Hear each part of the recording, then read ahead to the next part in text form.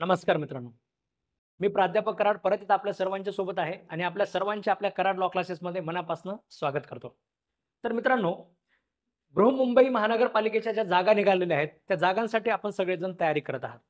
त्या जागांमध्ये आपल्याला एक सिग्निफिकंट कंटेंट जो आहे, म्हणजे सगळ्यात जास्त मार्क जे आहेत आपले, ते या मुंबई महानगरपालिकेचा जो आपला हा कायदा आहे, या कायद्यावर तुम्हाला प्रश्न विचारले जाणार आहेत. ठीक आहे. मुंबई महानगरपालिका अधिनियम. या कायद्याचा अभ्यास कमी वेळेमध्ये खूप चांगल्या पद्धतीने कसा अभ्यास करायचा, हे आपण आपल्या काही लेक्चर्समध्ये आपण पाहत आहोत. मागचे लेक्चर सुद्धा मी YouTubeवर टाकलेले आहेत.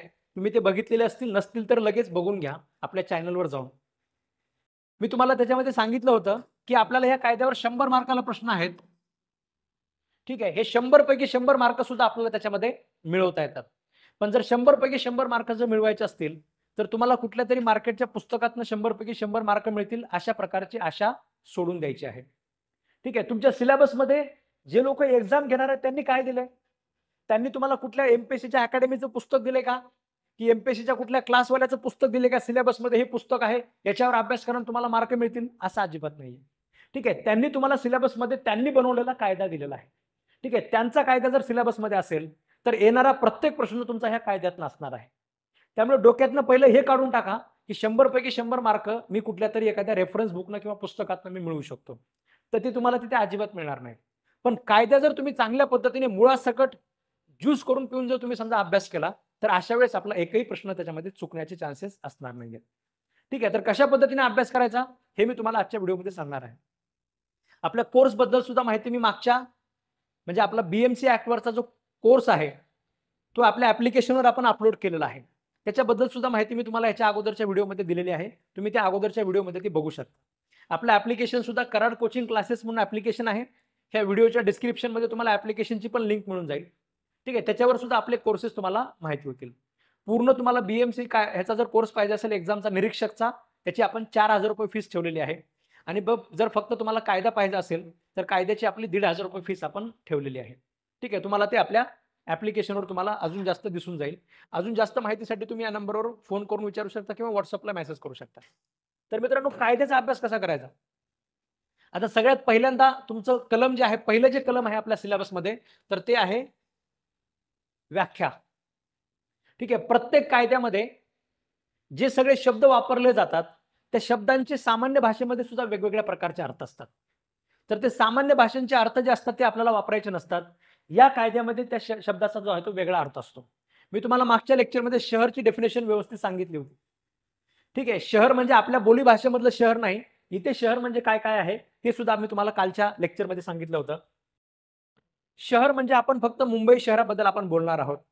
ठीक आहे, या कायद्यानुसार. आणि ते सुद्धा मुंबई शहर म्हणजे नेमकं काय? ठीक आहे, किती स्क्वेअर किलोमीटर? मुंबई शहर वर वाढत चाललेलं आहे. आता बाकीच्या साईडने ते बंद झालेलं आहे. तर ते कशा पद्धतीचा त्याचा एरिया आहे? तर ते एरिया कुठे दिलेला आहे? मुंबई शहराचा एरिया कुठे दिलेला आहे? तर तो एरिया या कायद्यानुसार दिलेला आहे. बृहन्मुंबई कायदे व मुंबई उच्च न्यायालय हद्दी जाहीर करणे अधिनियम 1945 नुसार त्याच्यामध्ये त्याचा एरिया दिलेला आहे. 1945 मध्ये सुद्धा अनुसूची अ आहे. अनुसूची अ मध्ये भाग 1 मध्ये जे क्षेत्र दिलेलं आहे, तेवढा एरिया म्हणजेच फक्त काय शहर. इथून पुढे शहर म्हणजे मुंबई शहर वगैरे सांगत बसायची गरज नाही किंवा बृहन्मुंबई शहर वगैरे सांगत बसायची गरज नाही. ठीक आहे. शहर म्हणजे काय? तर हा जो कायदा आहे 1945 चा, ज्याचं नाव आहे बृहन्मुंबई कायदे मुंबई उच्च न्यायालय हद्दी जाहीर करणे, या कायद्याच्या अनुसूची अ मध्ये भाग 1 मध्ये जे क्षेत्रफळ दिलेलं आहे, जे क्षेत्र दिलेलं आहे, ज्या बाउंड्रीज दिलेल्या आहेत, तेवढा एरिया म्हणजेच फक्त काय? शहर आहे. ठीक आहे. तर तुम्हाला ह्याच्यावर सुद्धा वेगवेगळ्या अँगलने एमसीक्यू येऊ शकतात. मी तुम्हाला कालच्या लेक्चरमध्ये सांगितलं होतं, की आपल्याला फक्त एक 60 पेजेस पर्यंत आपल्याला फक्त नोट्स बनवायचे आहेत.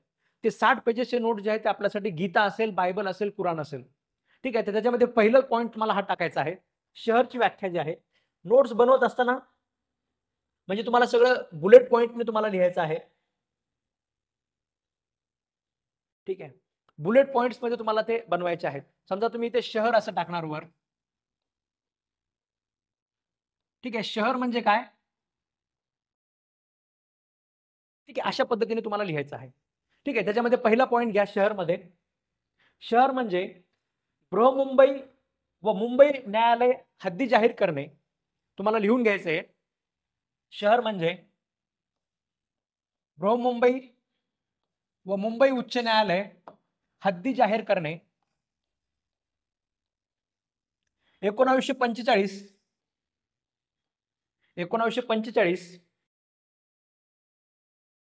या कायद्यानुसार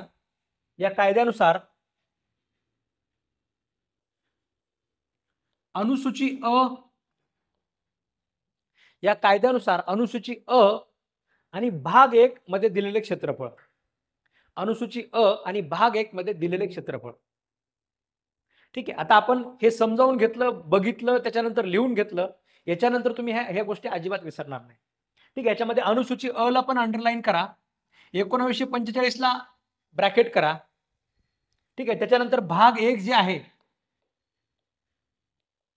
ठीक आहे, याला सुद्धा ब्रॅकेट करा. मुंबई सोबत मुंबई उच्च न्यायालय हद्दी जाहीर करणे 1945 अनुसूची अ आणि भाग 1 याच्यापैकी कुठल्याही गोष्टीवर तुम्हाला एमसीक्यू विचारला जाऊ शकतो. ठीक आहे, एमसीक्यू मध्ये तुम्हाला वेगवेगळ्या पद्धतीने प्रश्न विचारला जाऊ शकतात.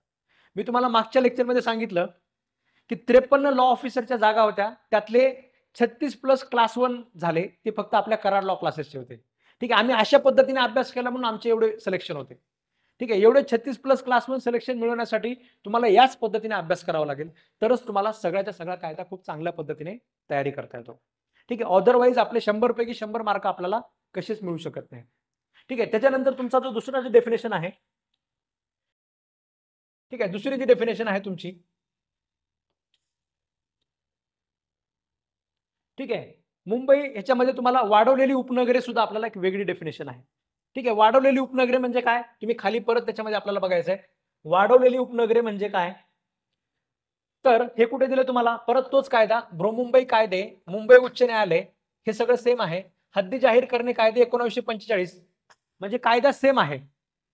ठीक आहे, आपली पेजेस फक्त 60 पेजेसचं व्हायला पाहिजे, त्याच्यामुळे हे कायद्याचं नाव परत लिहायचं नाही. सेम कायद्यामध्ये अनुसूची अ पण त्याच्या भाग 4 मध्ये दिलेलं जे क्षेत्र आहे, याला आपण काय म्हणतो, वाढवलेली उपनगरे.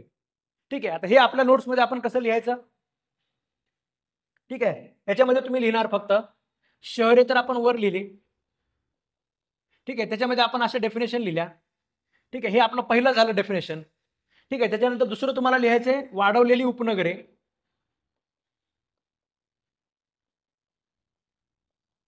ठीक आहे, आता इथे कायद्याचं नाव परत लिहायचं नाही. ठीक आहे, ह्याच्यामध्ये फक्त एवढंच लिहून ठेवायचं. काय लिहायचे तुम्हाला, फक्त अनुसूची अ, सेम अनुसूची अ आणि भाग 4 त्याच्यामध्ये लिहून घ्या, वाढवलेली उपनगरे, अनुसूची अ भाग 4. एवढंच तुम्हाला लक्षात ठेवायचंय. एमसीक्यू जर आला तर याच्यावरच तुम्हाला विचारला जाईल. कायद्याचं नाव काही बदलणार नाहीये. कायद्याचं नाव बृहमुंबई, ठीक आहे, बृहमुंबई कायदे मुंबई उच्च न्यायालय हद्दी जाहीर करणे अधिनियम 1945. ठीक आहे, कायद्याचं नाव हे सेम राहणार आहे. अनुसूची अ मध्येच दिलंय आणि सोबतच तुम्हाला भाग 1 मध्ये काय दिलंय, मुंबई शहर म्हणजे नेमकं शहर म्हणजे काय हे तुम्हाला 1 मध्ये दिलंय आणि बाकीची उपनगरे म्हणजे काय, कुठे आहेत, बाकीच्या उपनगरांचं जे क्षेत्र आहे ते तुम्हाला कुठे दिले, भाग 4 मध्ये दिले. ठीक आहे, हे झाला तुमचा दुसरा एमसीक्यू.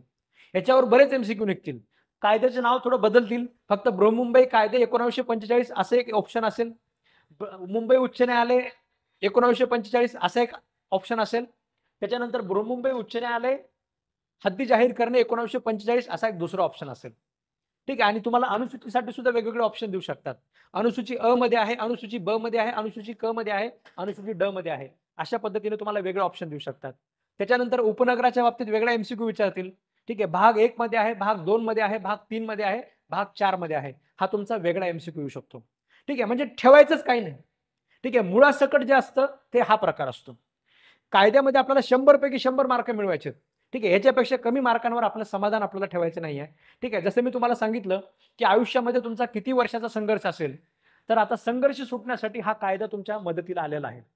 अंकगणित एमपीएससीतले त्याच्यामध्ये कित्येक लोक भयंकर त्याच्यामध्ये तयारी करतात कित्येक वर्षापासून.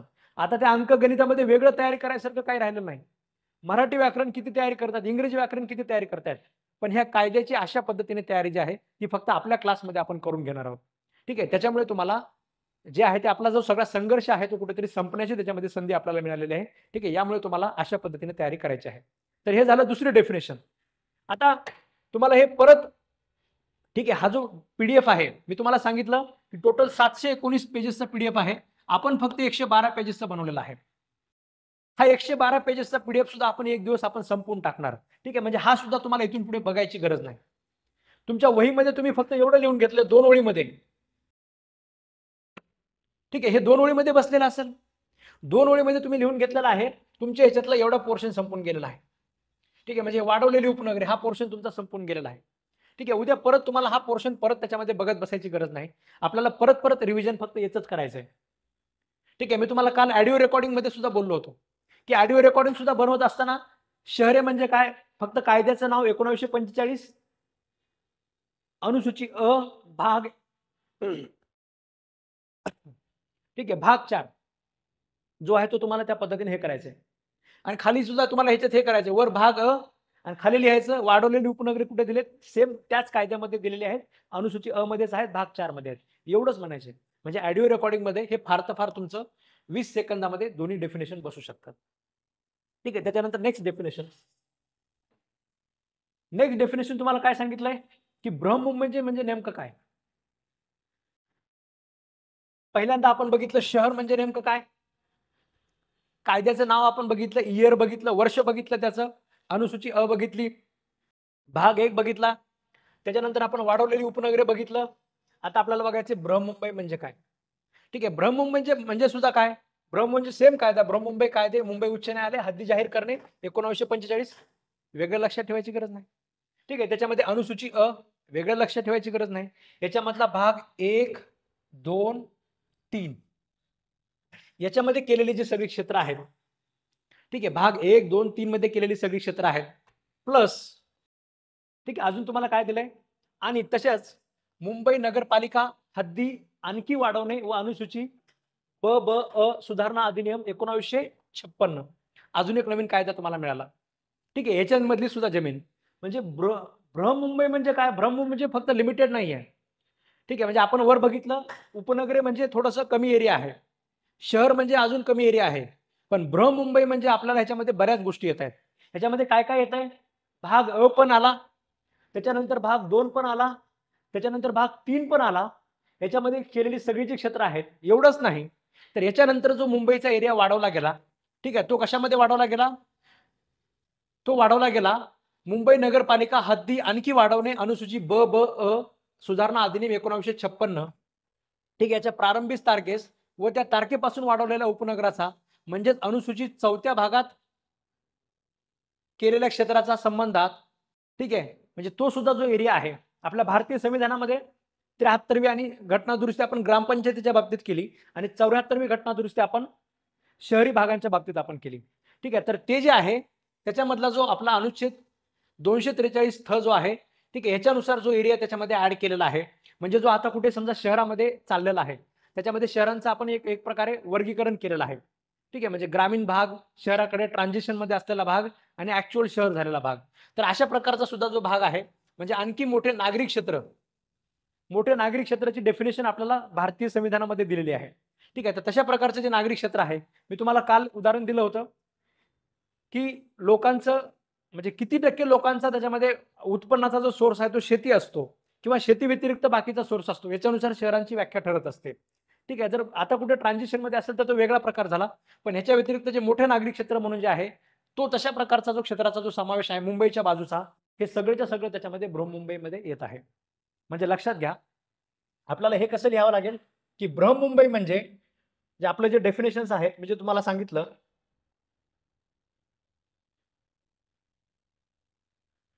ठीक आहे,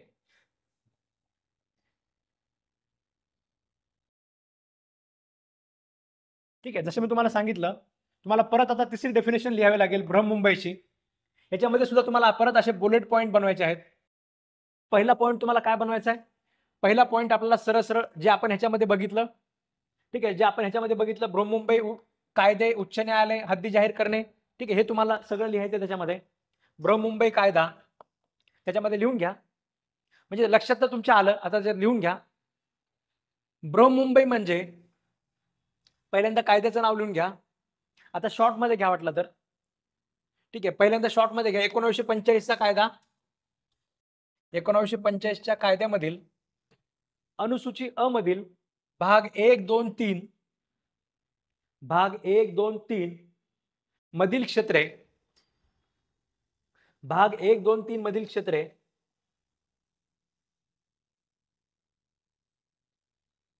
ठीक आहे, खाली 2 नंबरच्या बुलेट पॉइंटला घ्या. ठीक आहे, म्हणजे पहिला बुलेट पॉइंट म्हणजे तुम्हाला फक्त एवढंच लिहायचं आहे.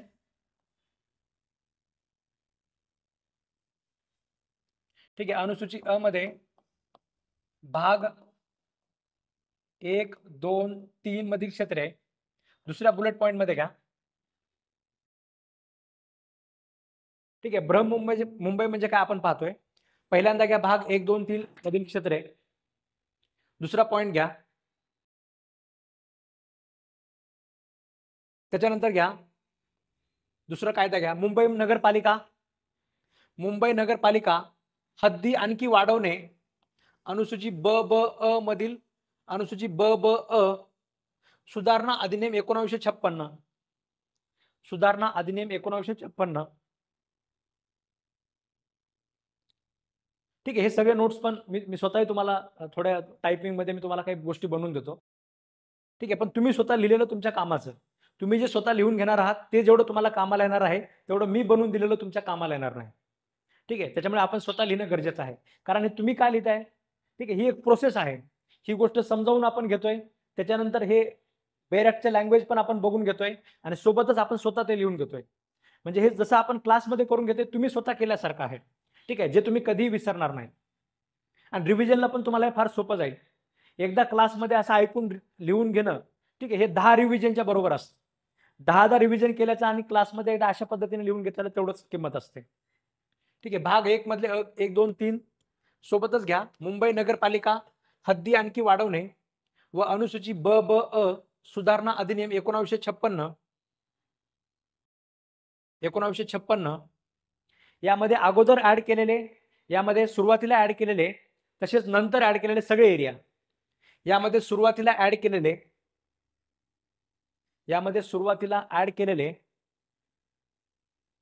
तसेच नंतर वाढवलेले तसेच नंतर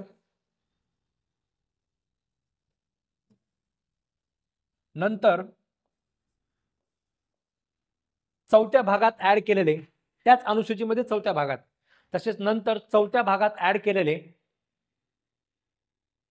सर्व क्षेत्र, चौथ्या भागात ऍड केलेले सर्व क्षेत्र. आणि तिसऱ्या पॉइंट मध्ये घ्या 243 अनुच्छेद 243. भारतीय संविधानाचे मध्ये जे आर्टिकल असतात त्याला आपण कलम म्हणत नाही. ठीक आहे, बाकी कायद्यामध्ये जे सगळे सेक्शन असतात त्याला आपण कलम म्हणतो. पण भारतीय संविधानामध्ये जे असतात त्यांना कलम म्हणायचं नाही. ठीक आहे, म्हणजे बऱ्याच वेळेस तुम्ही त्यांना कलम वगैरे म्हणतात, ते कलम नसतात, तर त्याला आपण अनुच्छेद असं आपण म्हणतो. आर्टिकल अनुच्छेद 243 थ नुसार 243 थ नुसार मोठे नागरिक क्षेत्र म्हणून सांगितलेले क्षेत्र सुद्धा बृहन्मुंबईमध्ये येईल. मोठे नागरिक क्षेत्र म्हणून सांगितलेले क्षेत्र अनुच्छेद 243 थ नुसार मोठे नागरिक क्षेत्र म्हणून सांगितलेले क्षेत्र. म्हणजे लक्षात घ्या, मी एकदा परत रिवाइज करतो काय काय आपण बघितलं. आपण सगळ्यात पहिल्यांदा काय बघितलं, मी तुम्हाला फार बेसिक पासून सांगण्याचा प्रयत्न करतोय. एवढं डिटेलमध्ये तसं अशा पद्धतीने म्हणजे लॉ मध्ये आम्ही सांगत नाही. पण आता बाकी एमपीएससीचे विद्यार्थी त्यांना थोडं कायद्याच भाषेत शिका म्हटल्यानंतर अवघड जाऊ शकतं, म्हणून आपण पाहतोय अशा पद्धतीने. पहिल्यांदा आपण शहराची व्याख्या पाहिली. शहराच्या व्याख्येमध्ये फक्त बृहन्मुंबई कायदे, मुंबई उच्च न्यायालय हद्दी जाहीर करणे कायदे 1945 याच्यामधली अनुसूची अ मधला भाग 1 म्हणजे फक्त शहर. ठीक आहे, भाग 1 मध्ये जेवढं दिलंय क्षेत्र तेवढं फक्त शहर. त्याच्यानंतर आपण बघितलं वाढवलेली उपनगरे. ठीक आहे, भाग 4 मध्ये जे काही आहेत ह्या अनुसूचीमध्ये भाग 4 मध्ये जे दिलेलं क्षेत्र आहे ते म्हणजे काय, वाढवलेली उपनगरे. ठीक आहे, त्याच्यानंतर आपण बघितलं बृहन्मुंबई म्हणजे काय. आता तुम्हाला परीक्षेला प्रश्न असा येऊ शकतो, बृहन्मुंबई म्हणजे खालीलपैकी कोणते क्षेत्र आहे. ठीक आहे, पहिला ऑप्शन असेल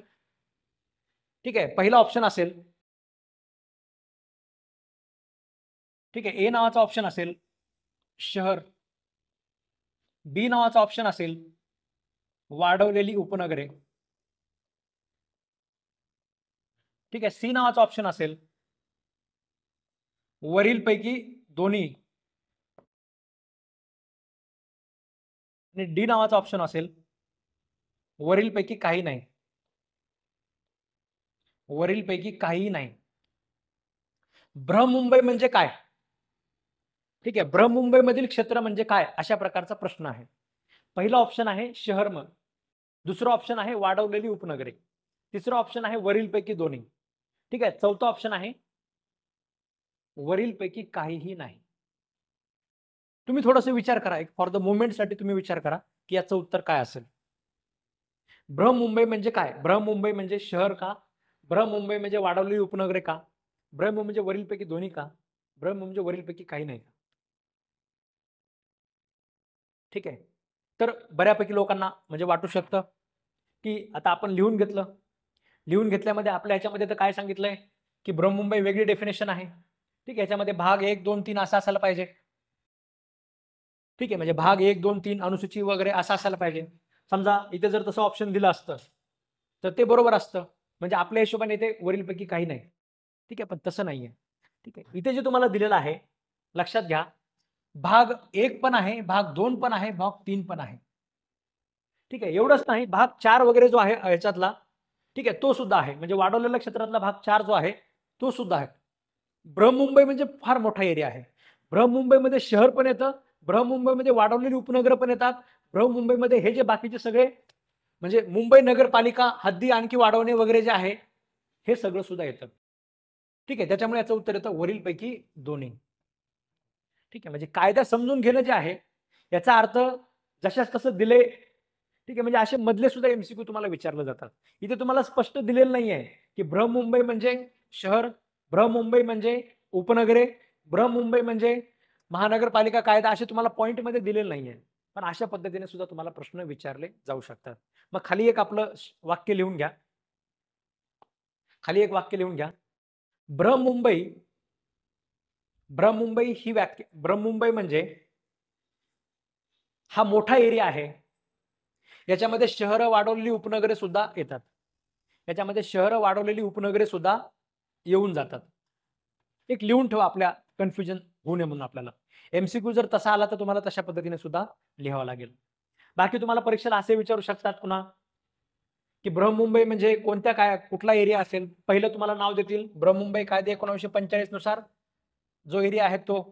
दुसरं नाव देतील मुंबई महानगरपालिका, सॉरी मुंबई नगरपालिका हद्दी वाढवणे अनुसूची 1956च्या कायद्यानुसार दिलेला एरिया. ठीक आहे, तिसरा ऑप्शन असेल दोन्ही, चौथा ऑप्शन असेल नन ऑफ द अबव, किंवा फक्त एवढंच देतील की मुंबई नगरपालिका कायदा 1945, मुंबई नगरपालिकेचं 1956 आहे, तुम्हाला 45 करतील. त्याच्यानंतर बृहमुंबई, मुंबईचा जो कायदा आहे वरचा, त्या कायद्याला 1956 करतील. ठीक आहे, तिसरं ऑप्शन तुम्हाला देतील त्याच्यामध्ये हे थोडंसं बरोबर असेल, तर अशा वेळेस तुम्हाला ते उत्तर निवडायचं आहे. म्हणजे वर्ष सुद्धा कायद्यांची माहिती असणं गरजेचं आहे. आता मी तुम्हाला बऱ्याच वेळेस सांगितलं, मला नाही वाटत तुमच्यापैकी कोणी 1945 हा कायद्याचं नाव विसरेल. ठीक आहे, मला असे वाटत नाही कोणी ही अनुसूची अ विसरेल. मला असे वाटत नाही कुणी अनुसूची मधला हा भाग 1, भाग 4 म्हणजे उपनगरे, हे सगळं सुद्धा तुम्ही कधी विसराल इथून पुढे, असं मला वाटत नाही. ठीक आहे, जर कोणी विसरत असेल तर परत परत रिव्हिजन तुम्ही अजून करणार आहात, त्यामुळे तुम्ही त्याच्यानंतर तर विसरणार नाही. त्याच्यानंतर हाही कायद्याचं नाव तुम्ही विसराल पुन्हा.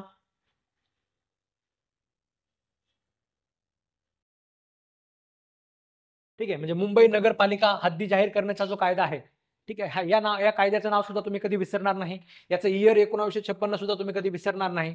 ठीक आहे, याच्यामध्ये अनुसूचित 34 जी आहे याच्यामध्ये ऍड केलेलं जे क्षेत्र आहे हे सुद्धा बृहमुंबईमध्ये येतं, हेही तुम्ही विसरणार नाही. आपल्या संविधानानुसार जे मोठे नागरिक क्षेत्र म्हणून दिलेलं आहे, ठीक आहे, भारतीय संविधानामध्ये कोणता अनुच्छेद आहे? 243 थ. 243 थ मध्ये अशा प्रकारच्या व्याख्या दिलेल्या आहेत. 74व्या घटना दुरुस्तीनुसार आपण तो आपल्या भारतीय संविधानामध्ये ऍड केलेला आहे. ठीक आहे, त्याच्यानुसार ही जी व्याख्या दिलेली आहे मोठे नागरिक क्षेत्र, हे सुद्धा याच्यामध्ये येईल असं तुम्हाला या ठिकाणी सांगितलेलं आहे. ठीक आहे, तर तुमच्या सर्वांच्या लक्षात आलं बृहमुंबई म्हणजे काय. त्याच्यानंतर नेक्स्ट डेफिनेशन तुम्हाला परत सांगितलेली आहे. आता लक्षात घ्या, वाढवलेली उपनगरे म्हणजे वेगळा प्रकार आहे, आणि त्याच्यानंतर तुम्हाला जे उपनगरे आहेत तो वेगळा प्रकार आहे. उपनगरे म्हणजे फक्त काय? उपनगरे म्हणजे बृहमुंबई कायदे व मुंबई उच्च न्यायालय हद्दी जाहीर करणे 1945 म्हणजे आपला कायदा सेम आहे, कायद्याचं नाव इथे वेगळं लक्षात ठेवायची गरज नाही. अनुसूची अ मधील भाग 2 व 3 मध्ये विनिर्देशित केलेली क्षेत्र म्हणजे इन्क्लूड केलेली क्षेत्र लक्षात घ्या. तुम्हाला जर प्रश्न आला वाढवलेली उपनगरे म्हणजे काय, तर ते कोणत्या भागात आहे? आपण आताच बघितलं, कुठे गेलं ते चौथा भाग, हा इथे आहे, भाग 4. वाढवलेली उपनगरे कोणत्या भागात आहेत? चौथ्या भागात आहेत. आणि जी आपली जी अगोदरची जी उपनगरे आहेत म्हणजे याच्या अगोदरच असलेली जी उपनगरे आहेत ती कोणत्या भागात आहेत? 2 आणि 3 भागात आहेत. म्हणजे परत एकदा आपण कन्क्लूड करू शकतो. एकदा रिव्हिजन साठी परत सांगतो. भाग 1 मध्ये काय दिले? भाग 1 मध्ये शहर दिले. भाग 2 आणि 3 मध्ये काय दिले? भाग 2 आणि 3 मध्ये उपनगर दिलेत. भाग 4 मध्ये काय दिले? भाग 4 मध्ये वाढवलेली उपनगरे दिलेली आहेत. हे झाले 4 भाग. कशाचे? 1945 चा कायदा. बृहन्मुंबई नाव पण आहे, मुंबई उच्च न्यायालय पण आहे, हद्दी जाहीर करणे 1945. ठीक आहे. अनुसूची अ भाग 1 मध्ये काय? तर शहर. भाग 2 आणि 3 मध्ये काय? तर उपनगरे. आणि भाग 4 मध्ये काय? पुन्हा ह्याच्यानंतर वाढवलेली उपनगरे. आणि बृहन्मुंबई म्हणजे काय? मोठा युनिव्हर्स आहे. ठीक आहे. बृहन्मुंबई हे सगळंच याच्यामध्ये बृहन्मुंबईमध्ये येऊन जातं. ठीक आहे. या सगळ्यांसाठी त्याच्यामध्ये जी महानगरपालिका आहे सगळ्यांसाठी आपला त्याच्यामध्ये कायदा ऍप्लिकेबल असतो. लक्षात आलं सर्वांच्या? ठीक आहे. म्हणजे परीक्षेला प्रश्न तुम्हाला असा विचारू शकतात अजून जे कायद्याचे ऍप्लिकेशन जे आहे तुम्हाला जर आता खाली सांगितलं बृहन्मुंबईसाठी कायदा ऍप्लिकेबल असेल, परत तुम्हाला खाली प्रश्न विचारला जाईल की हा जो बृहन्मुंबई महानगरपालिका कायदा आहे हा खालीलपैकी कुठल्या क्षेत्रासाठी ऍप्लिकेबल असेल? पहिलं सांगतील बृहन्मुंबई महानगरपालिका म्हणजे अनुसूची भाग 1 सांगतील, त्याच्यानंतर भाग 4 सांगतील. ठीक आहे. त्याच्यानंतर मुंबई नगरपालिका वाढवलेली क्षेत्र वगैरे 1956 चा कायदा सांगतील. तर या सगळ्यांसाठी त्याच्यामध्ये हा कायदा ऍप्लिकेबल आहे. स्पेसिफिक द्यायची गरज नाही की मुंबई महानगरपालिका कायदा हा या भागातल्या सगळ्या क्षेत्रांसाठी ऍप्लिकेबल आहे. बृहन्मुंबईसाठी ऍप्लिकेबल आहे म्हणलं की हे सगळेच आले मध्ये. ठीक आहे. लक्षात आलं सर्वांच्या? त्याच्यात लिहून घ्या. आपण काय काय लिहिलं आतापर्यंत? ठीक आहे. तुम्ही स्वतःही लिहून घ्या आणि मी तुम्हाला ह्या काही नोट्स काढून देईल. पण माझ्या शेवटी मिळतील तुम्हाला. ठीक आहे. तुम्ही स्वतः लेक्चरमध्ये मेंटेन करणं गरजेचं आहे.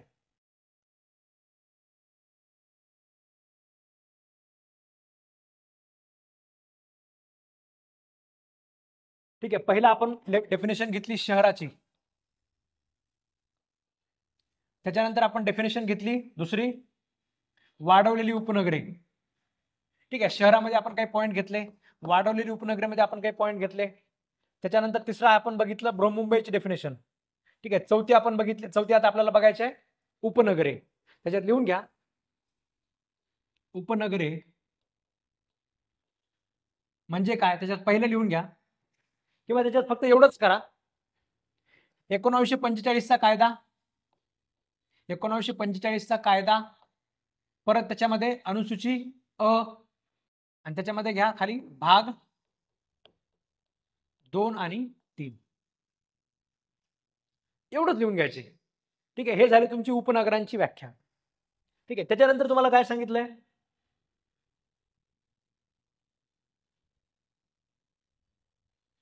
ठीक आहे. त्याच्यानंतर तुम्हाला डेफिनेशन आहे नागरिकांचा मागासवर्ग. आता ह्याच्यावर का तुम्हाला परीक्षेला प्रश्न वगैरे असा काही विचारणार नाहीत. ठीक आहे. कारण हे असं विचारण्यासारखं नाही. नागरिकांचा मागासवर्ग म्हणजे काय? ठीक आहे. जे रिझर्व्ह कॅटेगरीमधले लोक आहेत, ज्यांना आरक्षण आहे, ठीक आहे, म्हणजे ओबीसी वाले जे समजा लोक आहेत, तर असे लोक त्याच्यामध्ये नागरिकांचा मागासवर्गमध्ये त्याच्यामध्ये येऊन जातील.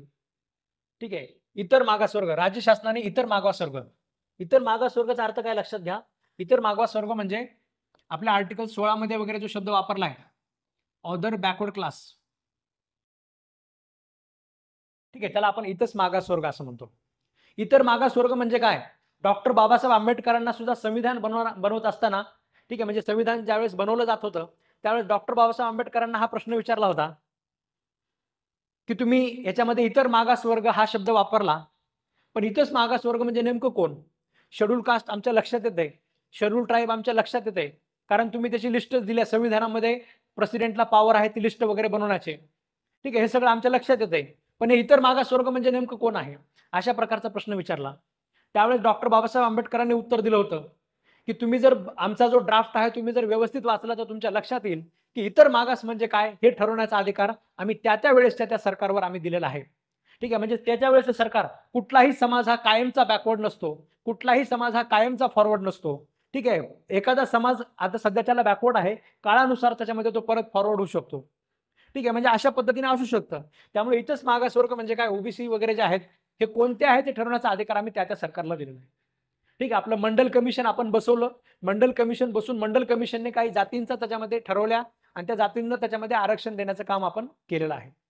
ठीक आहे, तर ते इतर मागासवर्ग म्हणजे ते लोक विमुक्त जाती वगैरे जे आपण बनवलेले आहेत.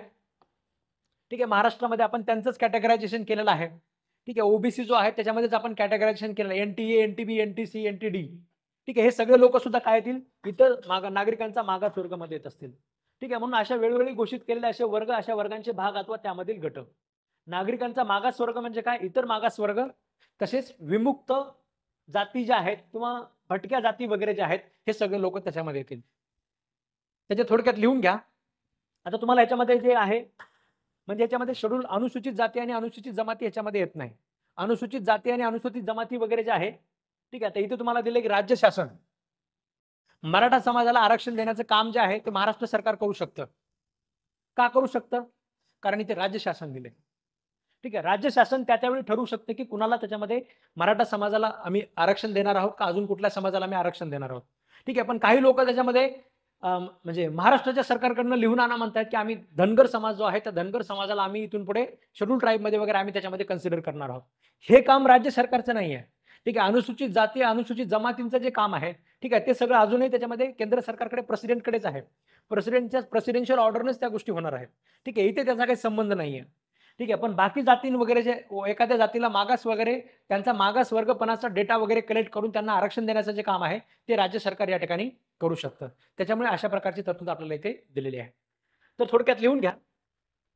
नागरिकांचा मागास वर्ग म्हणजे काय? नागरिकांचा मागास वर्ग म्हणजे काय?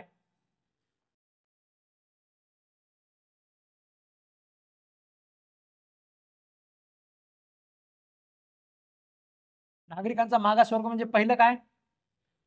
पहिलं त्याच्यामध्ये घ्या इतर मागास वर्ग किंवा सरळ आपल्या भाषेमध्ये ओबीसी लिहून टाका. इतर मागास वर्ग ओबीसी, तसेच भटक्या विमुक्त जाती वगैरे एनटी वगैरे लिहून घ्या. NT A B C D म्हणजे काय? इतर मागास वर्ग, नागरिकांचा मागास वर्ग. ठीक आहे, एवढंच आहे त्याच्यामध्ये.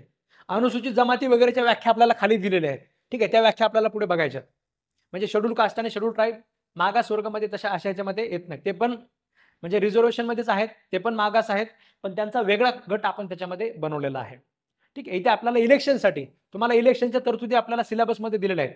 त्यामुळे आपल्याला ही डेफिनेशन माहिती असणं गरजेचं आहे. याच्यावरही तुम्हाला प्रश्न विचारला जाऊ शकतो. ठीक आहे, नागरिकांचा मागास वर्ग म्हणजे खालीलपैकी काय?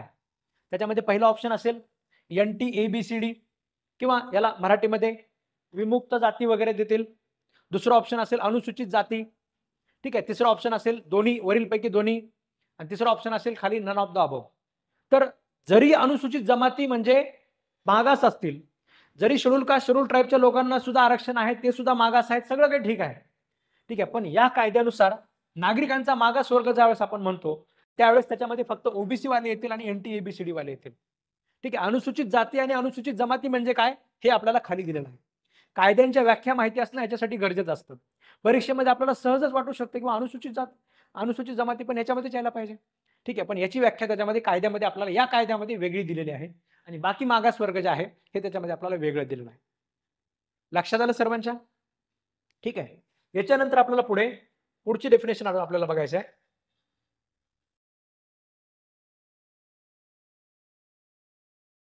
ठीक आहे, पुढची डेफिनेशन आहे महानगरपालिका म्हणजे काय? महानगरपालिका म्हणजे हा जो आपला कायदा आहे ह्या कायद्यानुसार आपल्याला पुढे रचना केलेली आहे, त्याच्यानुसार आपण त्याला बृहन्मुंबई महानगरपालिका असं आपण म्हणू. म्हणजे थोडक्यात त्याच्यात डेफिनेशन मध्ये वेगळं तुम्हाला काही लिहायची गरज नाही, याच्यावर तुम्हाला प्रश्न विचारला जाणार नाही. ठीक आहे, याच्यावर एवढा सोपा प्रश्न विचारणार नाही तुम्हाला कोणी. या डेफिनेशनला तुम्ही सरळ इग्नोर करू शकता. त्याच्यानंतर एक महत्वाची डेफिनेशन आहे पालिका सदस्य. ठीक आहे, नगरसेवक लोक. पालिका सदस्य म्हणजे कोण? तर पालिका सदस्य म्हणजे आपण आता निवडून देणारे लोक असतात. ठीक आहे, म्हणजे आपली महाराष्ट्राची विधानसभा घ्या किंवा तुम्ही लोकसभा घ्या, प्रत्येक ह्याच्यामध्ये दोन प्रकारचे सदस्य असतात. पहिले सदस्य कोणते असतात? जे निवडून आलेले असतात आणि दुसरे नॉमिनेशनवाले असतात. त्यांचं नॉमिनेशन वगैरे करून, म्हणजे काही आपण आपल्या विधानसभेमध्ये किंवा आपण आपल्या लोकसभेमध्ये वगैरे पाहतो, ठीक आहे, स्पोर्टमधून समजा आलेला कोणी माणूस असायला पाहिजे का, ठीक आहे, किंवा त्याच्यामध्ये सायन्स वगैरे अशा प्रकारच्या क्षेत्रातनं, म्हणजे सगळेच जे सज्जन लोक असतात ते लोक काही निवडून येऊ शकत नाहीत. ठीक आहे, इलेक्शन जे आहे ते सगळ्यांच्याच, म्हणजे सगळ्यांचाच जमणारा असा खेळ नाही आहे. ठीक आहे, तुम्ही जर ह्याच्यामध्ये पाहिलं, म्हणजे अमेरिकेच्या वगैरे तुम्ही सिस्टीममध्ये जर पाहिलं, ठीक आहे, म्हणजे टोटल सेपरेशन ऑफ पॉवर आहे, पूर्ण सेपरेशन ऑफ पॉवर. मंत्री हा त्याच्यामध्ये पूर्णपणे वेगळा असायला पाहिजे, मंत्री पूर्णपणे वेगळा, आणि बाकीचे जे सगळे विधानसभेचे सदस्य वगैरे जे असतात, ठीक आहे, लेजिस्लेचर जे असतं ते पूर्ण वेगळं असतं. मंत्री म्हणजे एक्झिक्युटिव्ह मध्ये येतो, आणि जे सगळे सदस्य असतात हे सगळे सदस्य म्हणजे एक प्रकारे लेजिस्लेचर मध्ये येत असतात. आपल्याकडे कसं असतं, जो माणूस निवडून जातो तो लेजिस्लेचरचा पण भाग असतो आणि तो मंत्री पण होतो. ठीक आहे, तो लेजिस्लेचरचा भाग असतो आणि तो मंत्री पण होतो. आता मंत्री म्हणजे क्वालिफाईड लोक असले पाहिजेत. अमेरिकेमध्ये जो माणूस निवडून येतो, प्रेसिडेंट म्हणून वेगळं इलेक्शन घेतात, आणि तो आपलं त्याच्यामध्ये मंत्री सगळे आपण स्वतः तो अपॉइंट करतो. ते सगळे मंत्री विधानसभेचा वगैरे पार्ट नसतात. म्हणजे काही मंत्री त्याच्यामध्ये क्वालिफाईड असणं गरजेचं आहे. ठीक आहे, त्यांच्याकडे सिस्टीम आहे की जे निवडून आले त्यांनाच मंत्री करावं असं काही नाही. बऱ्याच वेळेस तर असं होतं, त्यांच्या देशामध्ये एखादा डिफेन्स मधला चांगला तत्वज्ञानी व्यक्ती आहे, त्याच व्यक्तीला परत डिफेन्स मिनिस्टर वगैरे केलं जातं, दुसरं सरकार आलं तरी सुद्धा. ठीक आहे, भारतामध्ये आपण त्याच्यामध्ये गव्हर्नर ठेवत नाही, सगळेच्या सगळे लोक आपण एकदम सरकार आलं की बदलून टाकतात. जे सगळे सरकार पोलीस अधिकारी आहेत त्यांच्या सुद्धा इकडून तिकडे बदल्या वगैरे करण्याचं काम सरकार करत असतं. ठीक आहे, तसा प्रकार त्यांच्याकडे नाही आहे. म्हणजे सांगायचं तात्पर्य काय आहे, भारतामध्ये जो निवडून जातात, ठीक आहे, त्यांच्यातलेच आपण मंत्री बनवत असतो. पण काही लोक चांगले त्याच्यामध्ये असले पाहिजेत, जे खरंच त्याच्यामध्ये क्वालिफाईड आहेत, जे त्यांना खरंच त्याच्यातलं काहीतरी कळतं. मग त्याच्यामुळे आपण काय केलं आहे, काही नामनिर्देशित सदस्य असतात, ठीक आहे, त्यांचं फक्त डायरेक्ट नॉमिनेशन केलं जातं. त्यांना निवडणूक वगैरे कुठली लढवायची गरज नाही. प्रेसिडेंटद्वारे नॉमिनेशन केलं जातं, गव्हर्नरद्वारे नॉमिनेशन केलं जातं. तसाच प्रकार इथे सुद्धा आहे. पालिका सदस्य म्हणजे फक्त निवडून आलेलं नाही, तर पालिका सदस्य म्हणजे ज्यांचं नामनिर्देशन वगैरे झालेलं आहे, ठीक आहे, ते सुद्धा त्याच्यामध्ये येत असतात. तर मी तुम्हाला दिलेलं आहे पालिका सदस्य म्हणजे काय. एक मिनिट, त्याला थोडं आपण बारीक करूया. ठीक आहे, पालिका सदस्य म्हणजे काय, पहिलं म्हणजे महानगरपालिकेचा सदस्य म्हणून रितसर निवडून आलेली व्यक्ती. एक नंबरला तुमचा पहिला पॉईंट हा आहे. ठीक आहे, पालिका सदस्य म्हणजे काय, निवडून आलेले व्यक्ती. त्याच्यानंतर दुसरं, आणि आणि त्यामध्ये ज्याला महानगरपालिकेचा किंवा महानगरपालिकेच्या समितीच्या कोणत्याही बैठकीमध्ये मत देण्याचा अधिकार आहे. आता जे निवडून आलेले लोक असतात त्यांना मत देण्याचा पण अधिकार असतो. आपल्याला पुढे ते पण बघायचे, निवडून आलेले कोणते, नामनिर्देशित कोणते, निवडून आलेल्या लोकांना कोणता कोणता अधिकार असतो, तो महापौर होऊ शकतो का, जो निवडून आलेला नाहीये, जो नामनिर्देशित आहे, त्याला कोणते कोणते अधिकार असतात, त्याला मत देण्याचा अधिकार असतो का, हे सगळं आपल्याला पुढे बघायचं आहे. इथे एवढंच लक्षात घ्या, निवडून आलेले लोक सदस्य असतील. दुसरं, ज्याला मत देण्याचा अधिकार आहे तो पण सदस्य असेल. तिसरं, महानगरपालिकेचा महापौर म्हणून किंवा महापालिकेच्या कोणत्याही समितीचा सभापती म्हणून निवडून येण्याचा हक्क नाही आहे. ठीक आहे, जे नामनिर्देशित सदस्य असतात, म्हणजे जे नगरसेवक म्हणून निवडणुकीला निवडून येत नाहीत, ठीक आहे, त्यांचं डायरेक्ट नॉमिनेशन झालेलं आहे, तर अशा प्रकारचे जे सदस्य असतात यांना महापौर पदाचा साठी निवडून, महापौर पदासाठी थांबता येते का, महापौर पदासाठी त्यांचं स्वतःचं नाव देता येते का, नाही. यांना कुठल्या समितीचा सदस्य होता येतं का, नाही. ठीक आहे, म्हणजे इथेच आपण सोबतच ही गोष्ट लिहून ठेवू शकतो. ठीक आहे, त्याच्यात लिहून घ्या थोडक्यामध्ये. पालिका सदस्य म्हणजे, पालिका सदस्याची डेफिनेशन लिहून घ्या. आपण वरची महानगरपालिका तर तुम्हाला लिहायची गरज नाही. नागरिकांचा मागासवर्गाची डेफिनेशन आपण लिहून घेतली. आता घ्या पालिका सदस्य. पालिका सदस्यामध्ये एक नंबरला घ्या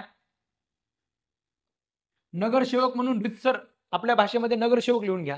नगरसेवक म्हणून रितसर निवडून आलेली लोक. ठीक आहे, त्याच्यात लिहून घ्या पहिलं नगरसेवक किंवा कॉर्पोरेटर ज्याला आपण म्हणतो. महानगरपालिकेचा सदस्य म्हणून निवडून आलेले लोक, निवडून आलेला आणि दुसरं घ्या,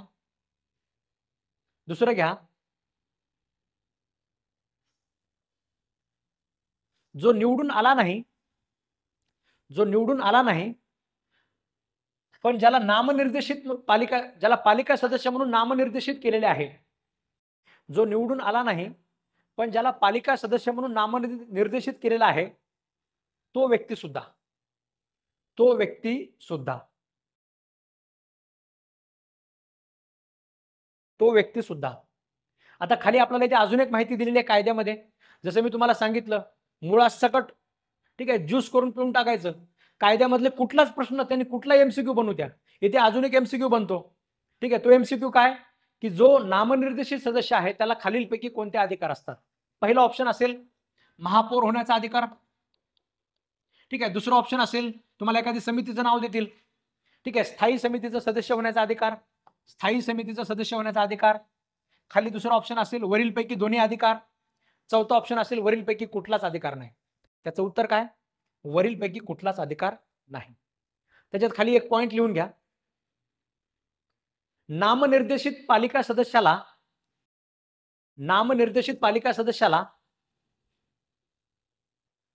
एक पॉइंट लिहून घ्या खाली. महापौर किंवा महानगरपालिकेच्या कुठल्याही समितीचा म्हणजे सदस्य होता येतं, सभापती होता येत नाही. ठीक आहे, सॉरी, एकदा परत रिपीट करतो मी.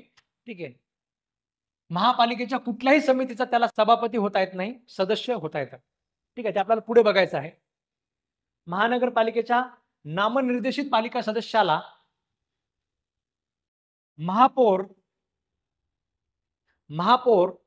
किंवा महानगरपालिकेच्या कोणत्याही समितीचा सभापती होता येणार नाही. सभापती होता येणार नाही. सभापती होता येणार नाही. ठीक आहे, त्याच्यानंतर नेक्स्ट आपली व्याख्या आपल्याला बघायचं आहे.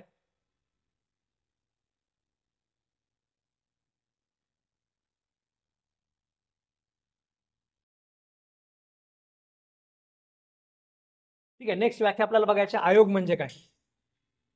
ठीक आहे, आयोग म्हणजे वेगळं काही तुम्हाला बघायची गरज नाही. आयोग म्हणजे आपला एमपीएससी. ठीक आहे, महाराष्ट्र शासनासाठी जो आपण आयोग बनवलेला आहे तो आयोग म्हणजे आपला एमपीएससी. ठीक आहे, त्याच्यानंतर बाकी खालच्या काही व्याख्या आहेत. ठीक आहे, तर तुम्ही आजच्यासाठी एवढंच लक्षात ठेवा. तर मित्रांनो, परत एकदा सांगतो तुम्हाला की तुम्हाला आपले कोर्सेस जे आहेत, काही डेमो लेक्चर तुम्ही सगळ्यांनी रिक्वेस्ट केल्यामुळे मी यूट्यूबवर डायरेक्ट टाकत आहे. पण ऍक्च्युअल तुम्हाला हा कोर्स आपला बघण्यासाठी आपल्या ऍप्लिकेशनवर आपण बृहन्मुंबई महानगरपालिका कायदा निरीक्षक पदासाठी असा आपण एक कोर्स बनवलेला आहे. तो कोर्स तुम्ही तिथनं डायरेक्ट विकत घेऊ शकता आणि जास्त डिटेलमध्ये तुम्हाला हा बृहन्मुंबईचा कायदा जो आहे याचा अभ्यास तुम्ही करू शकता. ठीक आहे, ही एक पद्धत आहे आपली क्लास घेण्याची. ठीक आहे, अजून काही डेमो लेक्चर मी यूट्यूबवर टाकणार आहे. ठीक आहे, तुम्ही जर ह्या यूट्यूब चॅनलवर नवीन असाल तर हे चॅनल सबस्क्राईब करायला विसरू नका. आणि ज्या विद्यार्थ्यांना ह्या बृहन्मुंबईच्या कायद्याची तयारी करायची आहे अशा सगळ्या लोकांपर्यंत किंवा तुमच्या व्हॉट्सअप ग्रुपवर वगैरे तुम्ही हा व्हिडिओ पाठवण्याचा प्रयत्न करा. ठीक आहे, आपला प्रामाणिक प्रयत्न हाही असतो की ज्या लोकांना समजा त्याच्यामध्ये कुठलेच क्लास वगैरे समजा घेणं शक्य नाही आहे, तर त्यांना एक आयडिया तरी मिळाला पाहिजे की कशा पद्धतीने तयारी करायची. ठीक आहे, सगळेचे सगळे लेक्चर काही आपल्या युट्यूबवर येणार नाहीत. ठीक आहे, सुरुवातीचे काही लेक्चर डेमो लेक्चर आपण युट्यूबवर फक्त टाकत आहोत. ठीक आहे, त्यातलं आज हे दुसरं लेक्चर झालं, तिसरं लेक्चर झालं. ठीक आहे, अजून काही लेक्चर त्याच्यामध्ये आपण युट्यूबवर टाकणार आहेत. तर तुम्ही हे चॅनल सबस्क्राईब करून घ्या. ठीक आहे, आणि तुम्हाला बॅचमध्ये जॉईन करण्यासाठी तुम्ही आपलं ऍप्लिकेशन जे आहे ते प्ले स्टोअरवरून तुम्ही डाउनलोड करू शकता. कराड कोचिंग क्लासेस आपले स्वतःचे 2 ऍप्लिकेशन आहेत, कराड लॉ क्लासेस आणि कराड कोचिंग क्लासेस. तर लॉ क्लासेस तुम्हाला घ्यायचं नाहीये, तुम्हाला कराड कोचिंग क्लासेस घ्यायचे. त्याच्यावर तुम्हाला बृहन्मुंबई महानगरपालिका निरीक्षक पदाचा कोर्स जो आहे तो अदर कोर्सेसमध्ये तुम्हाला तो कोर्स सापडून जाईल आणि तिथे तुम्ही हा कोर्स त्याच्यामध्ये विकत घेऊ शकता. काही अडचण आली तर तुम्ही या नंबरवर व्हॉट्सअपला मेसेज करू शकता. ठीक आहे, ऑफिसचा व्यक्ती तुम्हाला सगळे व्यवस्थित सांगेल किंवा माझ्याशी पर्सनली बोलायचं असेल तर तुम्ही या नंबरवर डायरेक्ट कॉल करा. ठीक आहे, फोन सगळे मी स्वतःच अटेंड करतो.